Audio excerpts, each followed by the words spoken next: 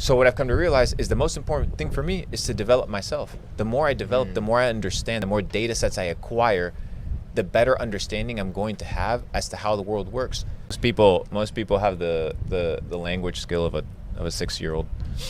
We'll talk about books, but I have one question before that. Actually, you talked about data sets. You talked about recently a lot, and I think a lot of people are still curious about what it is exactly.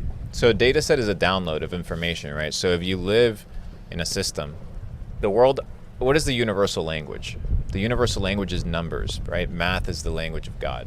Everything is based off of numbers. And if you understand that, you're going to be in a situation where you don't perceive things for what they're seen as. You perceive them for what they are at its most basic common denominator. So I think data sets are just downloads of information, and you can position yourself in different places to acquire different information. So if you're a video game character and you have experience points, you get to spend them wherever you want, right? And you have skill sets and attributes that you have to develop. Some people develop their strength, stamina, whatever. You get to choose where you're going to allocate those points.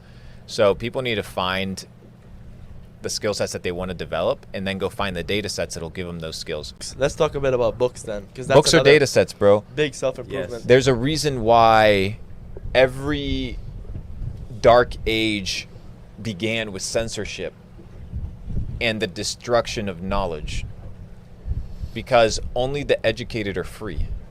We live in a society of uneducated individuals, unskilled individuals. Books are important because they give you information. They're not necessary in and of itself, but they're good tools to utilize. And if they're at your disposal, you need to figure out which author writes what book for what reason. There's dudes that write books with nice titles to be bestsellers, to be famous, with no substance whatsoever. Just to be an But author. when you understand the essence of the author and you understand the person behind it, now you start picking up books with what? Intention.